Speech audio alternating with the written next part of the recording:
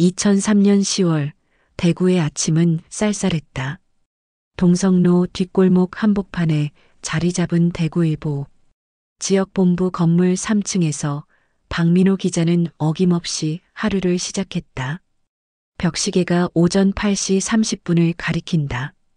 그의 책상 위에는 어젯밤 쌓인 팩스 용지들이 무더기로 놓여 있다. 교통사고 소식, 상가 화재 신고, 길고양이 구조 요청. 모두 지면을 채우기도 아까운 자질구레한 사건들이다. 여기는 은빛 드라마. 구독과 좋아요는 큰 힘이 됩니다. 흥미로운 이야기 시작합니다. 박민호는 낡은 가죽 가방에서 스테인리스 텀블러를 꺼내 커피를 마신다.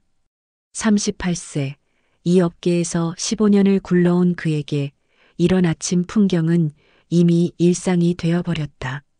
오늘도 별일 없겠지. 그는 창밖을 내다본다. 동성로 번화가 끝자락 좁은 골목들이 거미줄처럼 얽혀있는 그곳이 그의 담당 구역이다. 30년 넘게 그 자리를 지키고 있는 작은 상점들, 대를 이어가며 장사하는 가족 기업들, 그리고 그 사이로 하루하루를 버텨나가는 평범한 사람들의 이야기가 그의 먹거리다. 박민호는 낡은 수첩을 펼친다. 화요일은 파출소 출입하는 날이다. 주민등록증 재발급부터 가정폭력 신고까지 동네 사람들의 크고 작은 사연들이 모이는 곳. 때로는 지면에 실을 만한 소재가 나오기도 한다. 오전 10시 박민호는 평소와 같은 루트로 동성로 파출소를 향해 걸어간다. 10월의 대구 거리는 단풍이 물들기 시작했다.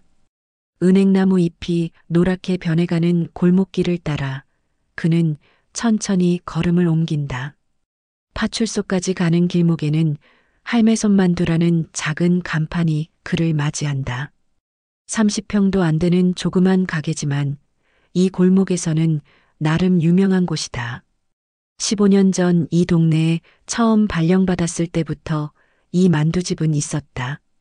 가게 앞으로 지나가며 박민호는 안을 슬쩍 들여다본다. 김태순, 올해 51살의 사장이 구석진 테이블에 앉아 만두피를 빚고 있다. 새하얀 앞치마를 두른 그의 모습은 평범한 동네 아저씨 그 자체다. 김태순의 하루는 새벽 4시에 시작된다. 반죽을 하고 속을 만들고 하나하나 정성스럽게 빚어내는 과정을 18시간 동안 반복한다. 점심시간이면 인근 사무실에서 일하는 직장인들이 줄을 선다. 저녁에는 술 마신 사람들이 해장 목적으로 찾아온다.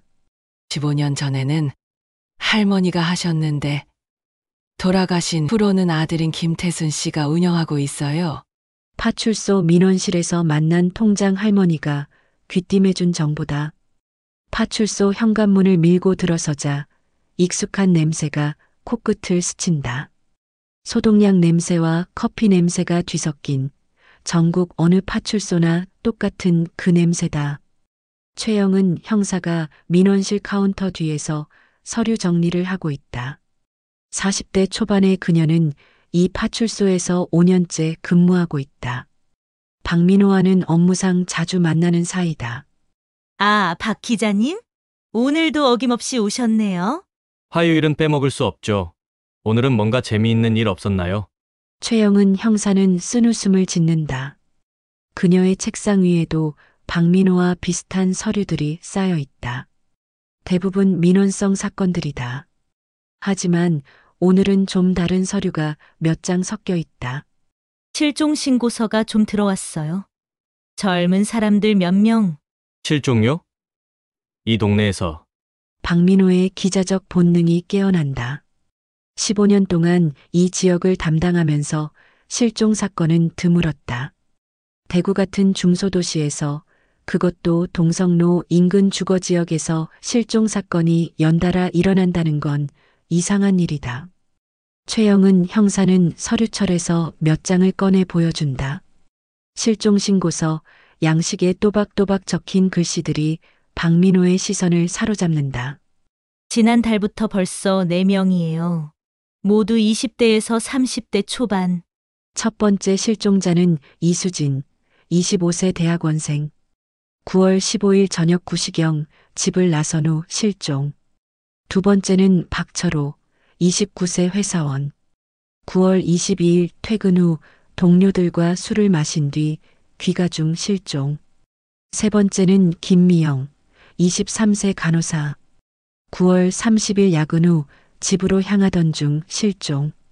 네 번째는 정우석, 31세 자영업자. 10월 5일 오후 사업상 만남을 마치고 실종. 박민호는 서류를 꼼꼼히 훑어본다. 실종자들에게는 몇 가지 공통점이 있다. 모두 이 골목 일대에 거주하거나 직장을 두고 있는 사람들이다. 그리고 모두 실종 당일 이 근처를 지나간 것으로 추정된다. 가출 가능성은 없나요? 처음에는 그렇게 생각했어요. 젊은 사람들이니까.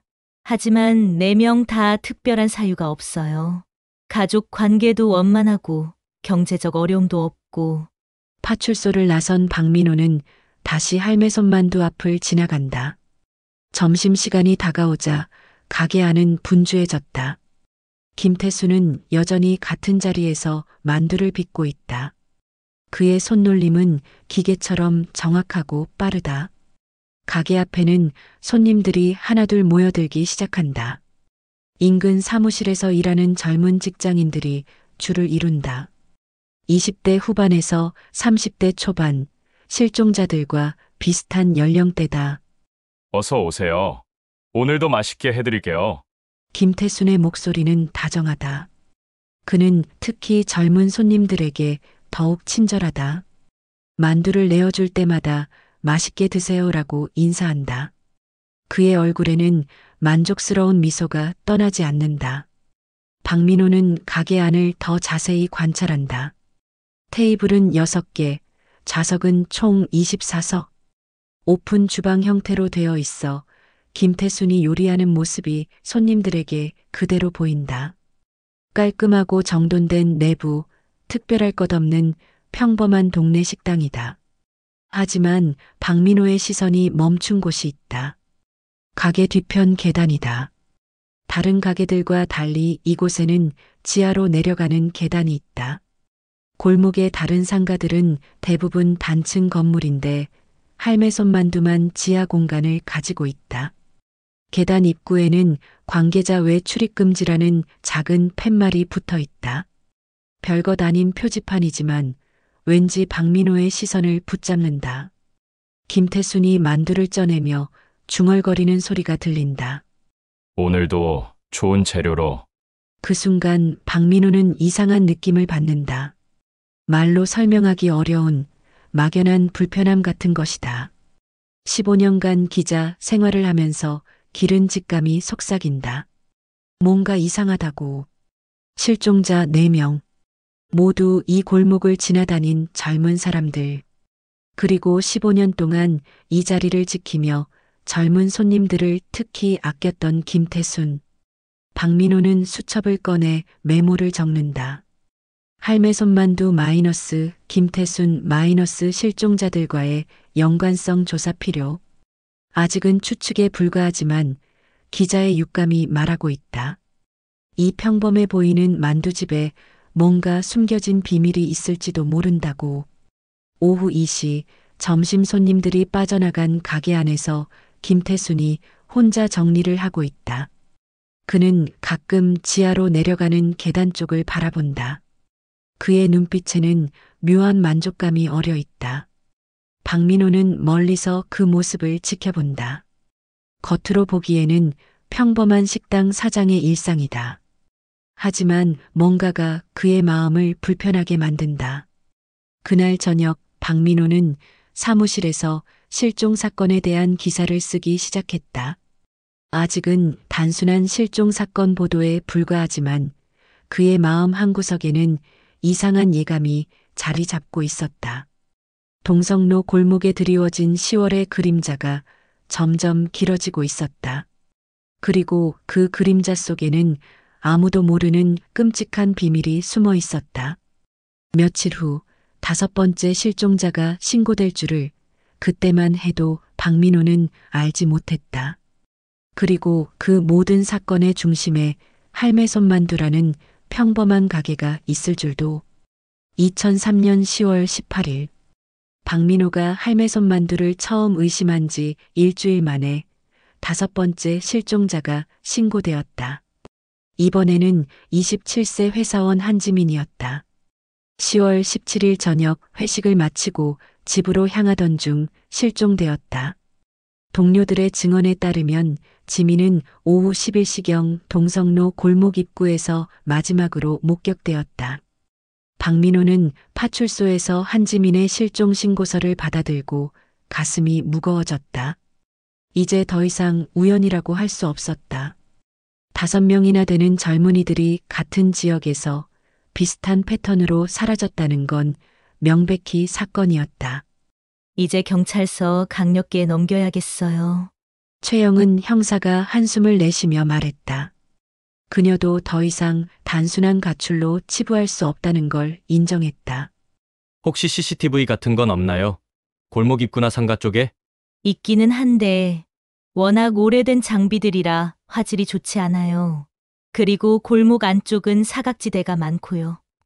박민호는 실종자들의 공통점을 다시 한번 정리해 보았다. 연령대, 실종 장소, 실종 시간대. 그리고 무엇보다 모두 이 골목을 자주 다니던 사람들이라는 점이다. 오후 3시 박민호는 본격적인 취재를 위해 골목 상인들을 만나기 시작했다.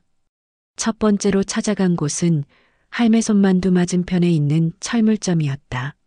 실종된 사람들요? 글쎄, 젊은 친구들이 많이 지나다니긴 하는데 60대 철물점 사장은 별로 관심이 없어 보였다. 하지만 박민호가 실종자들의 사진을 보여주자 표정이 달라졌다. 아, 이 친구는 봤어요. 김태순이네 만두를 자주 사 먹던 사람이에요. 어떻게 기억하세요? 우리 가게 앞을 지나서 만두집으로 들어가는 걸 몇 번 봤거든요. 김태순이가 그 친구한테 특히 친절하게 대하더라고요. 박민호의 가슴이 뛰기 시작했다. 추측이 점점 확신으로 바뀌어가고 있었다. 골목 안쪽의 다른 상인들도 비슷한 증언을 했다. 실종자들 대부분이 할매 손만두의 단골이었다는 것, 그리고 김태순이 젊은 손님들에게 유독 관심을 보였다는 것이다. 김태순 씨가 어떤 분인지 좀 더 자세히 알려주실 수 있나요? 미용실을 운영하는 50대 여성이 주변을 살피며 목소리를 낮췄다. 조용한 사람이에요. 15년 전에 어머니가 돌아가신 후로 혼자 가게를 운영하고 있는데 특별히 이상한 점은 없어 보여요. 다만 가끔 밤늦게까지 가게에서 작업을 해요. 다른 식당들은 보통 10시면 문을 닫는데 김태순이네는 새벽까지도 불이 켜져 있을 때가 있어요. 박민호는 수첩에 이 모든 정보를 꼼꼼히 기록했다. 김태순의 야간 작업, 실종자들과의 연관성, 젊은 손님들에 대한 특별한 관심. 다음 날 박민호는 좀 더 직접적인 접근을 시도해 보기로 했다. 할매 손만두에 직접 들어가서 김태순과 대화를 나눠보는 것이었다. 오후 2시 점심시간이 끝난 조용한 가게 안에 박민호가 들어섰다. 어서 오세요. 김태순이 평상시와 다름없이 인사를 건넸다. 박민호는 테이블에 앉으며 김태순을 자세히 관찰했다. 중간 키에 보통 체격, 약간 수척한 얼굴에 깊게 패인 눈가의 주름. 겉으로 보기에는 평범한 중년 남성이었다. 고기만두 한 접시 주세요. 네, 금방 해드릴게요. 김태순이 만두를 쪄내는 동안 박민호는 가게 안을 훑어보았다. 깔끔하게 정리된 주방, 벽에 걸린 오래된 액자들, 그리고 뒤쪽으로 이어지는 지하 계단. 여기서 오래 하셨나요? 15년 정도 됐네요. 어머니가 돌아가신 후로 제가 이어받았어요. 김태순의 목소리는 평온했다. 하지만 박민호는 그의 눈빛이 묘하게 경계하는 것 같다는 느낌을 받았다. 요즘 이 골목에 젊은 사람들이 실종됐다는데 들어보셨나요? 그 순간 김태순의 손이 잠깐 멈췄다. 아주 짧은 순간이었지만 박민호는 놓치지 않았다. 아, 그런 일이 있었나요? 저는 장사에만 신경 쓰느라. 혹시 실종된 사람들 중에 여기 단골이었던 분들 있나요? 제가 기자라서 취재를 하고 있거든요. 김태수는 잠시 생각하는 듯 하더니 고개를 저었다. 글쎄요. 워낙 손님들이 많아서 일일이 기억하기가. 하지만 박민호는 확신했다. 김태수는 분명히 뭔가를 숨기고 있었다.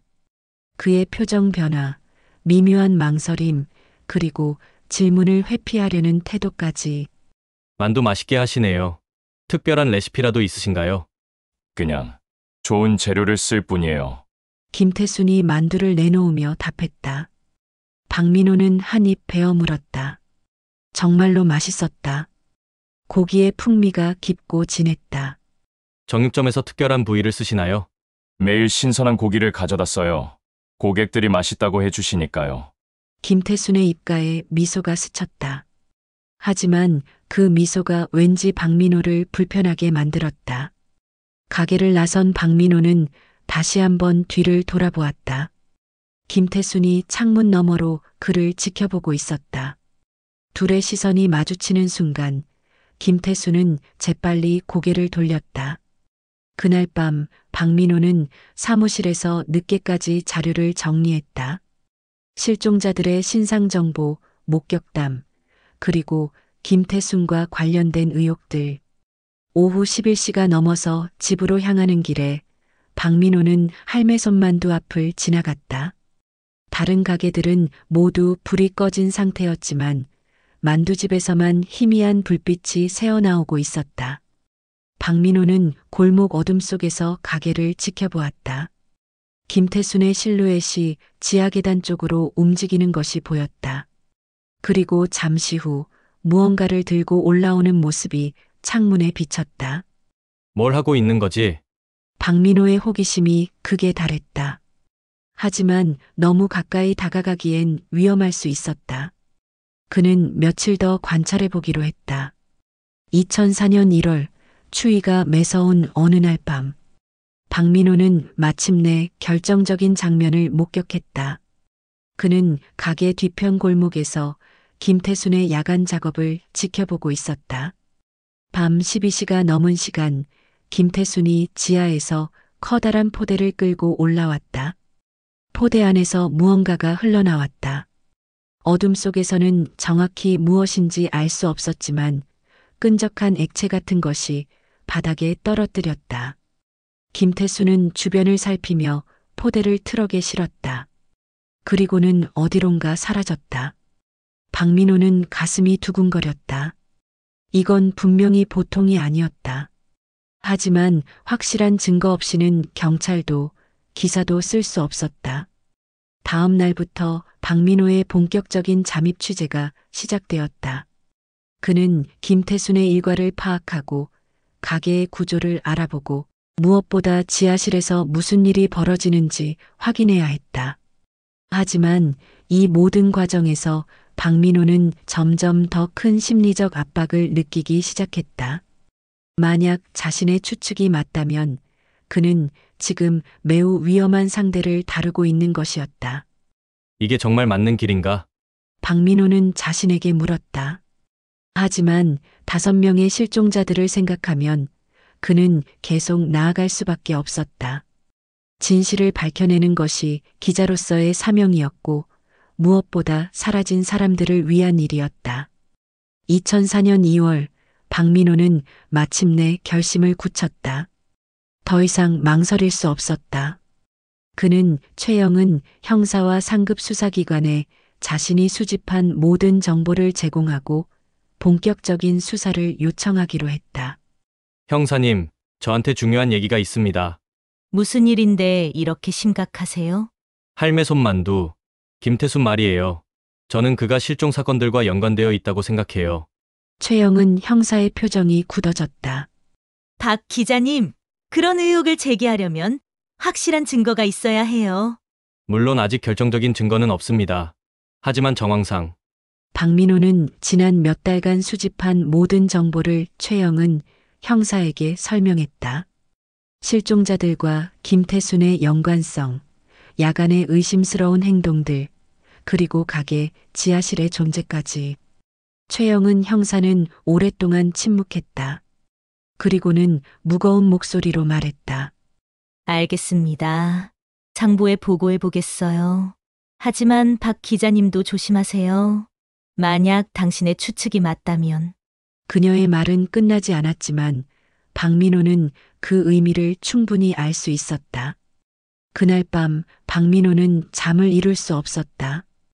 이제 돌이킬 수 없는 길을 걷기 시작한 것 같았다. 진실이 무엇이든 그는 끝까지 밝혀내야 했다. 동성로 골목에는 여전히 김태순의 만두집이 평온해 보였다. 하지만 그 평온함 뒤에는 아무도 모르는 어둠이 숨어 있을지도 몰랐다. 2004년 3월 대구 중부경찰서 강력계가 마침내 움직였다. 박민호의 제보를 바탕으로 김태순에 대한 내밀한 수사가 시작되었다. 하지만 현실은 박민호의 기대와 달랐다. 김태순을 향한 수사는 번번이 벽에 부딪혔다. 그에 대한 주변의 평가는 하나같이 좋았고 뚜렷한 물증도 나오지 않았다. 박 기자님, 김태순 씨 주변 조사 결과입니다. 최영은 형사가 두꺼운 파일을 내밀었다. 박민호는 기대를 안고 파일을 열어봤지만 내용은 실망스러웠다.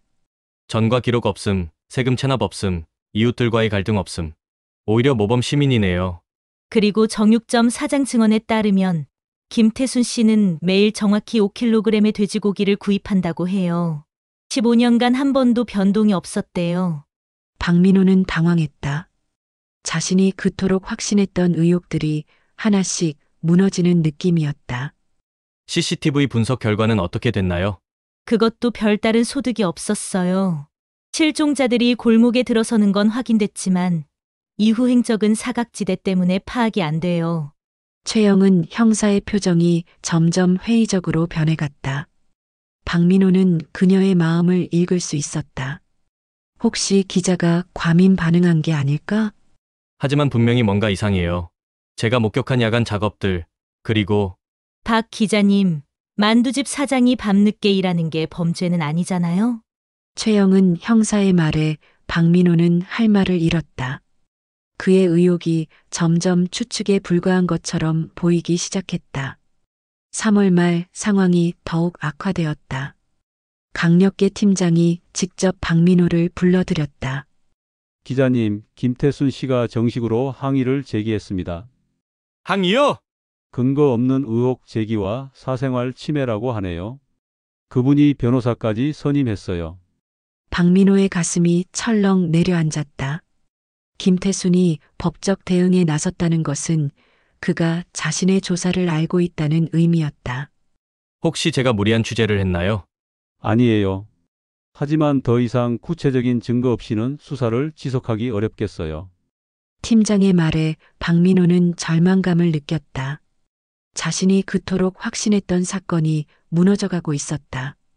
4월 들어 더욱 충격적인 소식이 들려왔다.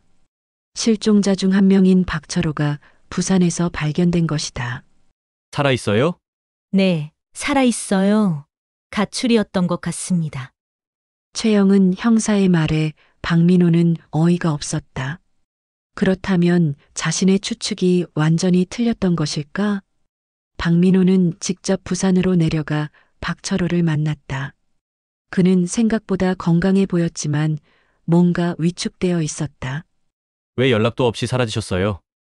그냥 복잡한 일이 있었어요. 가족들한테 연락드리겠습니다. 박철호는 자세한 설명을 거부했다. 하지만 박민호는 그의 눈빛에서 두려움 같은 것을 읽었다. 혹시 대구에서 무슨 일이 있었나요? 할매손 만두라고 아세요? 그 순간 박철호의 얼굴이 창백해졌다.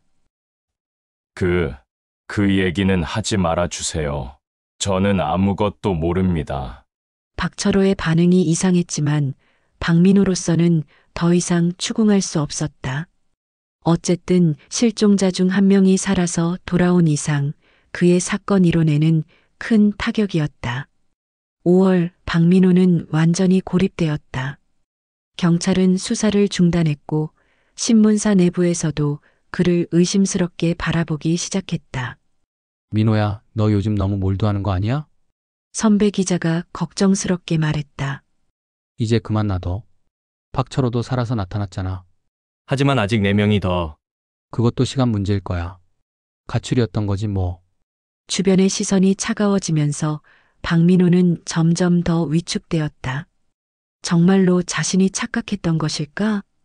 6월의 어느 무더운 밤, 박민호는 마지막 시도를 해보기로 했다. 할매 손만두 지하실을 직접 확인해 보는 것이었다. 그는 김태순이 집으로 올라간 것을 확인한 후 가게 뒤편으로 돌아갔다. 지하실로 통하는 작은 창문이 있었다. 다행히 잠겨 있지 않았다. 박민호는 조심스럽게 창문을 열고 지하로 내려갔다. 손전등으로 주변을 비춰보니 평범한 창고 같았다. 냉동고와 각종 조리기구들, 그리고 식자재들. 아무것도 없네. 박민호는 실망했다. 자신의 의욕이 정말 착각이었던 것 같았다. 하지만 그 순간 냉동고 뒤편에서 이상한 냄새가 났다. 썩은 냄새 같기도 하고 뭔가 화학적인 냄새 같기도 한 그 냄새에 박민호는 코를 찡그렸다. 냉동고를 조심스럽게 옮겨보니 벽면에 이상한 얼룩들이 있었다. 갈색빛의 얼룩들이 벽을 타고 흘러내린 듯한 흔적을 남기고 있었다. 박민호는 가슴이 뛰기 시작했다. 이건 분명히 보통이 아니었다. 더 자세히 살펴보니 바닥에도 이상한 흔적들이 있었다. 마치 무언가를 끌고 다닌 자국 같았다.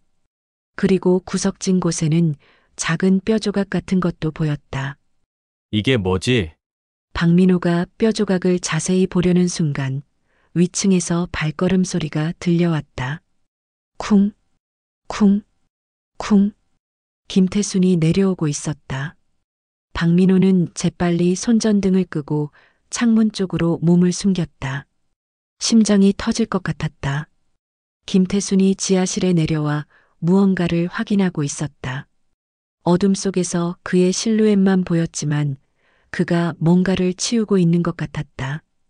박민호는 숨도 쉬지 못하고 기다렸다. 5분이 지나고 10분이 지났다. 마침내 김태순이 위로 올라갔다. 박민호는 조심스럽게 창문으로 빠져나왔다. 전신이 식은땀으로 젖어 있었다. 다음 날 박민호는 어제 발견한 뼈 조각을 분석기관에 맡겼다. 며칠 후 나온 결과는 충격적이었다. 동물뼈는 맞는데 어떤 동물인지는 명확히 알 수 없네요. 다만 뭐죠? 처리 방식이 이상해요. 보통 식당에서 사용하는 방식과는 다르거든요. 박민호의 확신이 다시 살아났다. 뭔가 숨겨진 것이 있었다. 7월 초 결정적인 단서가 나타났다. 골목 상인 중 한 명이 박민호를 조용히 찾아온 것이다. 미용실 사장이었다. 그녀는 주변을 살피며 목소리를 낮췄다. 김태순이 그 사람이 가끔 이상한 일을 해요. 어떤 일이요? 밤에 무언가를 태우거든요. 가게 뒤편에서. 그런데 그 냄새가 보통이 아니에요. 어떤 냄새죠? 고기 타는 냄새 같기도 하고 아니면 그녀는 말을 망설였다. 설마 하는 생각이지만 사람 타는 냄새 같기도 해요. 제가 어렸을 때 화장터 근처에 살았거든요. 박민호의 온몸에 소름이 돋았다. 이제 더 이상 우연이라고 할 수 없었다. 그리고 또 하나, 김태순이가 가끔 젊은 손님들한테 차를 대접해요. 만두 먹기 전에 차부터 마시라고 하면서. 차를요? 네, 다른 손님들한테는 안 그러거든요. 젊은 친구들한테만. 모든 퍼즐 조각들이 맞춰지기 시작했다. 독을 탄 차, 지하실의 이상한 흔적들, 야간의 소각 작업. 박민호는 다시 한번 확신했다. 김태순이 범인이 맞다고. 그날 밤 박민호는 마침내 결심을 굳혔다. 이번에는 확실한 증거를 잡아야 했다. 더 이상 추측만으로는 안 되었다. 하지만 동시에 그는 깨달았다. 자신이 지금 매우 위험한 상황에 놓여 있다는 것을. 만약 김태순이 정말로 연쇄살인마라면 그는 이미 자신의 존재를 알고 있을 것이다. 박민호의 손이 떨렸다. 하지만 더 이상 물러설 수 없었다. 사라진 4명의 젊은이들을 위해서라도 진실을 밝혀내야 했다. 이번에는 확실한 증거를. 박민호는 혼자 중얼거렸다. 그리고는 어둠 속에서 빛나는 할매 손만두 간판을 바라보았다. 그 평범해 보이는 간판 뒤에 숨겨진 진실이 무엇인지 이제 곧 알게 될 것 같았다.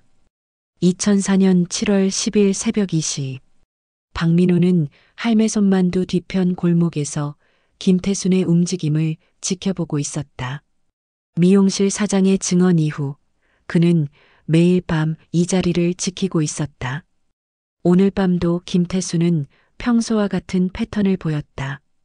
가게 문을 닫고 위층으로 올라간 후 1시간쯤 지나면 다시 내려와 지하실에서 작업을 시작했다. 박민호는 소형 카메라를 준비했다. 이번에는 확실한 증거를 잡을 생각이었다. 밤 2시 30분경 김태순이 지하에서 큰 비닐봉지를 들고 나왔다. 박민호는 숨을 죽이고 셔터를 눌렀다. 플래시가 터지지 않도록 조심스럽게. 김태수는 뒤뜰로 가서 무언가를 태우기 시작했다. 곧 이상한 냄새가 바람을 타고 흘러왔다. 미용실 사장이 말한 그 냄새였다. 박민호는 코를 막으며 계속 촬영했다. 김태순의 모든 행동을 기록했다.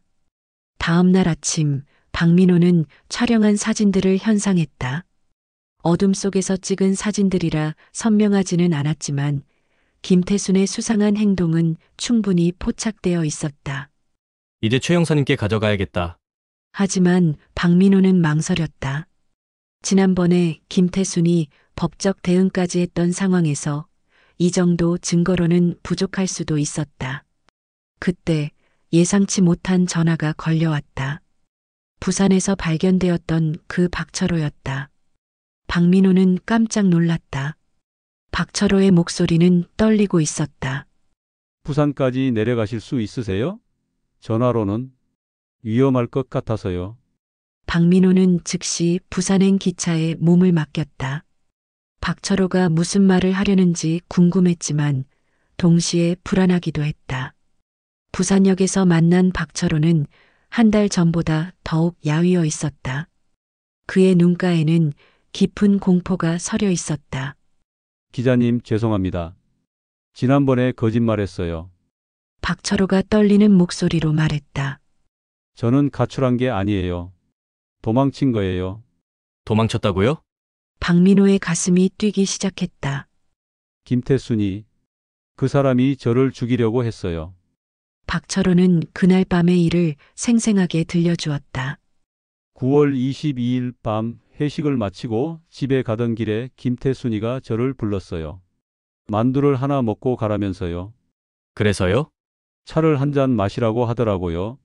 처음에는 그냥 보리차인 줄 알았는데 마시고 나니 머리가 어지럽기 시작했어요. 박민호는 숨을 죽이고 들었다. 그때 김태순이의 표정이 완전히 바뀌었어요. 마치 다른 사람 같았어요.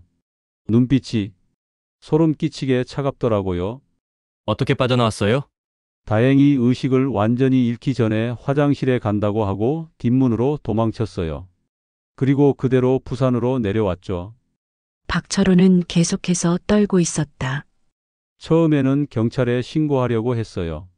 하지만 누가 믿겠어요? 증거도 없고. 그리고 김태순이가 저를 찾을까봐 무서웠어요. 왜 지금 말하는 거예요?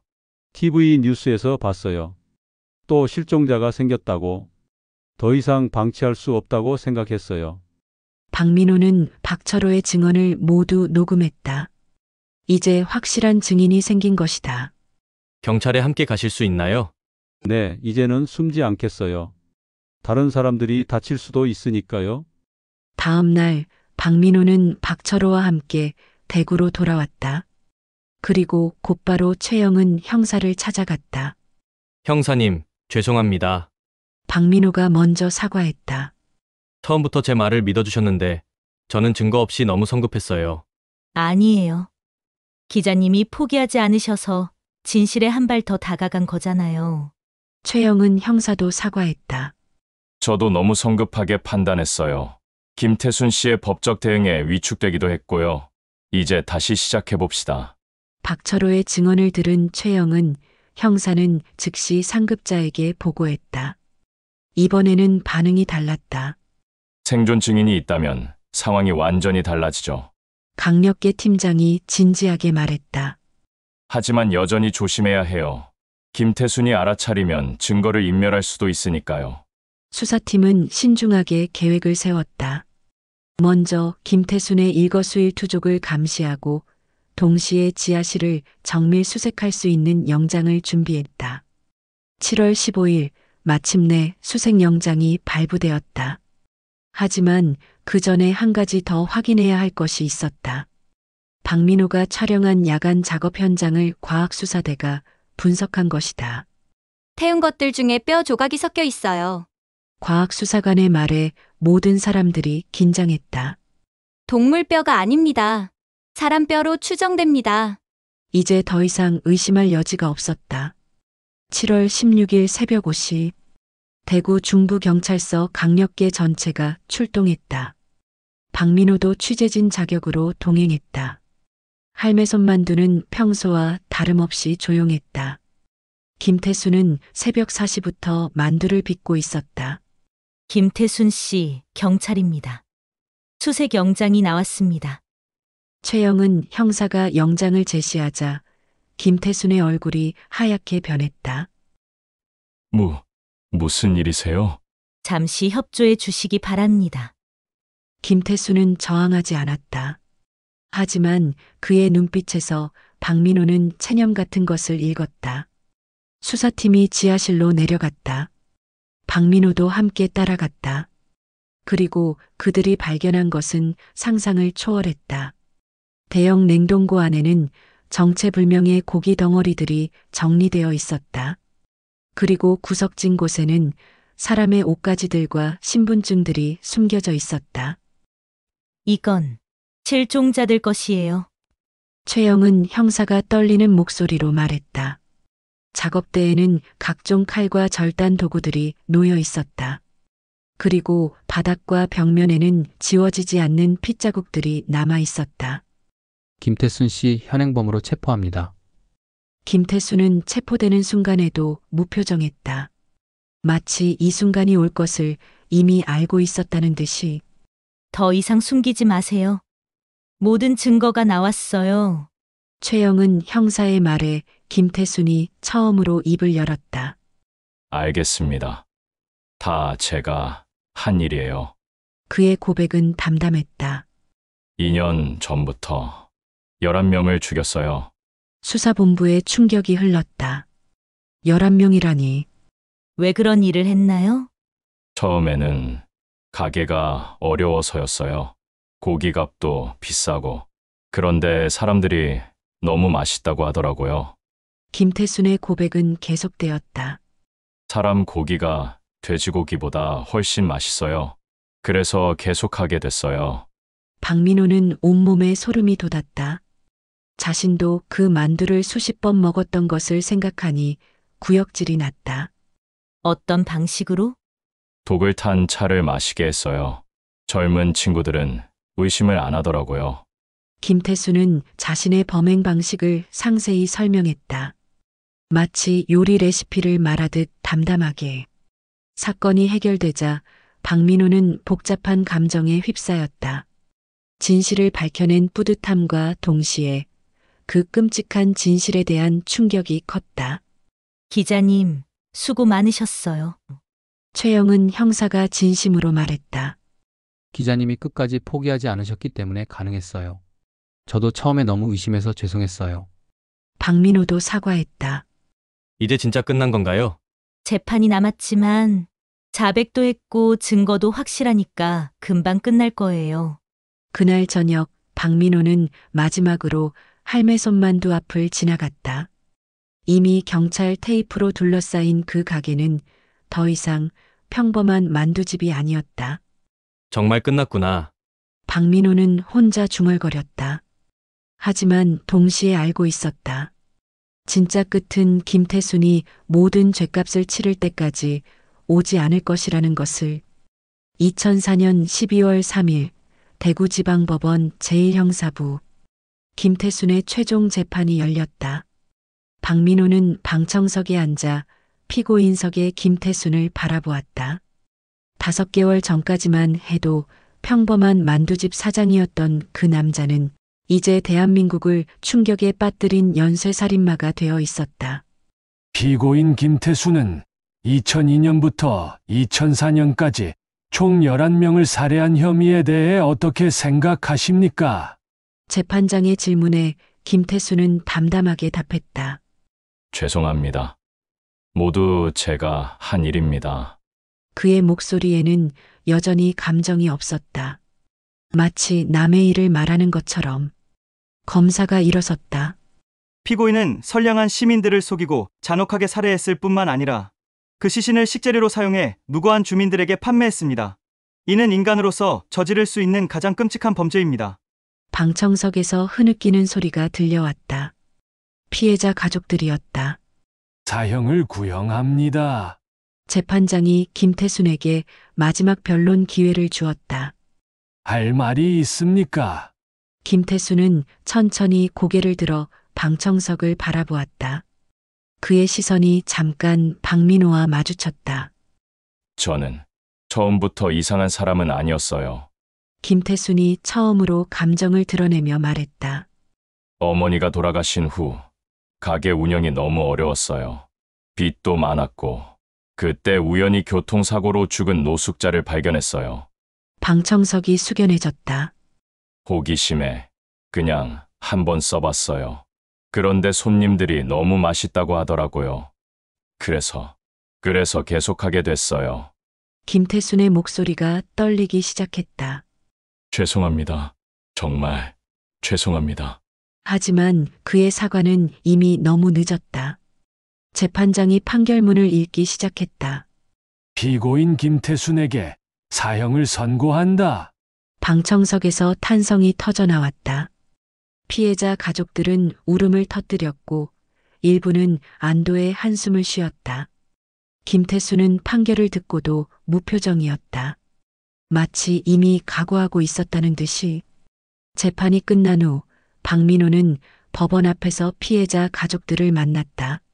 기자님, 정말 고생 많으셨어요. 실종된 이수진의 어머니가 눈물을 흘리며 말했다. 기자님이 포기하지 않으셨기 때문에 우리 수진이의 억울함을 풀 수 있었어요. 아닙니다. 제가 더 빨리 발견했다면. 그런 말씀 마세요. 충분히 하실 일 다 하셨어요. 박민호는 가슴이 먹먹했다. 사건은 해결됐지만 사라진 11명의 생명은 다시 돌아올 수 없었다. 며칠 후 박민호는 자신의 기사를 통해 이 사건을 정리했다. 하지만 단순한 사건 보도가 아닌 더 깊은 메시지를 담고 싶었다. 동성로 인육만두 사건이 우리에게 던지는 질문. 박민호의 기사 제목이었다. 김태순이라는 남자는 처음부터 괴물이 아니었다. 그는 우리 곁에서 15년간 평범한 만두집을 운영하던 평범한 아저씨였다. 이웃들은 그를 성실하고 조용한 사람이라고 기억한다. 그렇다면 언제부터 그는 괴물이 되었을까? 그리고 우리는 어떻게 그것을 알아챌 수 있었을까? 박민호는 계속 썼다. 진짜 무서운 건 영화 속 괴물이 아니다. 매일 아침 인사를 나누는 이웃, 15년간 맛있는 음식을 만들어주던 가게 주인, 그리고 아무도 의심하지 않았던 평범한 사람이 바로 옆에서 끔찍한 일을 저지르고 있다는 사실이다. 기사가 나간 후 전국적으로 큰 반향을 일으켰다. 사람들은 자신의 이웃을 다시 한번 바라보게 되었다. 2005년 봄 박민호는 최영은 형사와 함께 할매 손만두가 있던 자리를 다시 찾았다. 그곳에는 이제 다른 가게가 들어서 있었지만 여전히 사람들의 발길은 드물었다. 아직도 이 골목을 피하는 사람들이 많아요. 최영은 형사가 말했다. 당연하죠. 누가 이런 곳을 지나다니고 싶겠어요. 그런데 기자님, 궁금한 게 있어요. 뭐죠? 처음에 김태순을 의심하게 된 계기가 정확히 뭐였어요? 다른 사람들은 아무도 못 느꼈는데. 박민호는 잠시 생각해 보았다. 글쎄요. 딱히 특별한 건 없었어요. 그냥 뭔가 이상하다는 느낌? 느낌이요? 15년간 기자를 하면서 배운 게 있다면 너무 완벽한 것들을 조심해야 한다는 거예요. 박민호가 설명했다. 김태수는 너무 평범했어요. 너무 모범적이었고 너무 의심스럽지 않았어요. 그게 오히려 이상했던 거죠. 최영은 형사가 고개를 끄덕였다. 앞으로도 이런 일이 또 있을까요? 있겠죠. 김태순 같은 사람이 그 한 명뿐일 리는 없을 테니까. 박민호의 말에 최영은 형사가 섬뜩해했다. 그럼 우리는 어떻게 해야 해요? 관심을 갖는 거죠. 내 이웃이 어떤 사람인지, 우리 동네에서 무슨 일이 일어나는지, 그리고 뭔가 이상하다고 느끼면 외면하지 말고. 두 사람은 조용히 걸어갔다. 동성로 골목은 예전만큼 활기차지는 않았지만 여전히 사람들의 삶이 이어지고 있었다. 2020년 현재 박민호는 이제 50대 중반의 베테랑 기자가 되어 있다. 김태수는 2018년 교도소에서 병사했다. 끝까지 자신의 죄를 인정하며 살았다고 한다. 할매 손만두가 있던 자리는 지금 작은 카페가 되어 있다. 하지만 여전히 그곳을 기억하는 사람들은 그 앞을 지날 때마다 발걸음을 빨리 한다. 박민호는 가끔 그 카페 앞을 지나간다. 그리고 생각한다. 우리는 정말로 우리의 이웃을 알고 있을까? 최근에도 전국 곳곳에서 비슷한 사건들이 일어난다. 수십 년간 평범하게 살아온 사람이 갑자기 끔찍한 범죄를 저지르는 일들이. 박민호는 그때마다 김태순을 떠올린다. 그리고 자신에게 묻는다. 내가 놓치고 있는 것은 없을까? 동성로 골목은 이제 인육만두 골목이라는 별명으로 불린다. 젊은 세대들에게는 도시괴담이 되었고 나이 든 세대들에게는 잊고 싶은 악몽이 되었다. 하지만 박민호는 안다. 이 사건을 잊어서는 안 된다는 것을. 왜냐하면 김태순 같은 사람은 지금 이 순간에도 우리 곁에 있을 수 있기 때문이다. 평범한 얼굴을 하고 친절한 미소를 지으며 아무도 의심하지 않는 그런 사람이. 박민호는 오늘도 거리를 걷는다. 그리고 주변을 관찰한다. 혹시 모를 또 다른 김태순을 찾기 위해. 당신은 정말로 당신의 이웃을 아는가? 이것이 김태순 사건이 우리에게 남긴 영원한 질문이다. 그리고 우리 모두가 답해야 할 숙제이다. 20년이 지난 지금도 동성로의 그 작은 골목은 여전히 우리에게 속삭이고 있다. 진짜 무서운 것은 괴물이 아니라 괴물의 가면을 쓰고 우리 옆에서 웃고 있는 평범한 인간이라고. 지금까지 은빛 드라마였습니다. 구독과 좋아요 부탁드리면서 다음에 또 뵙겠습니다. 감사합니다.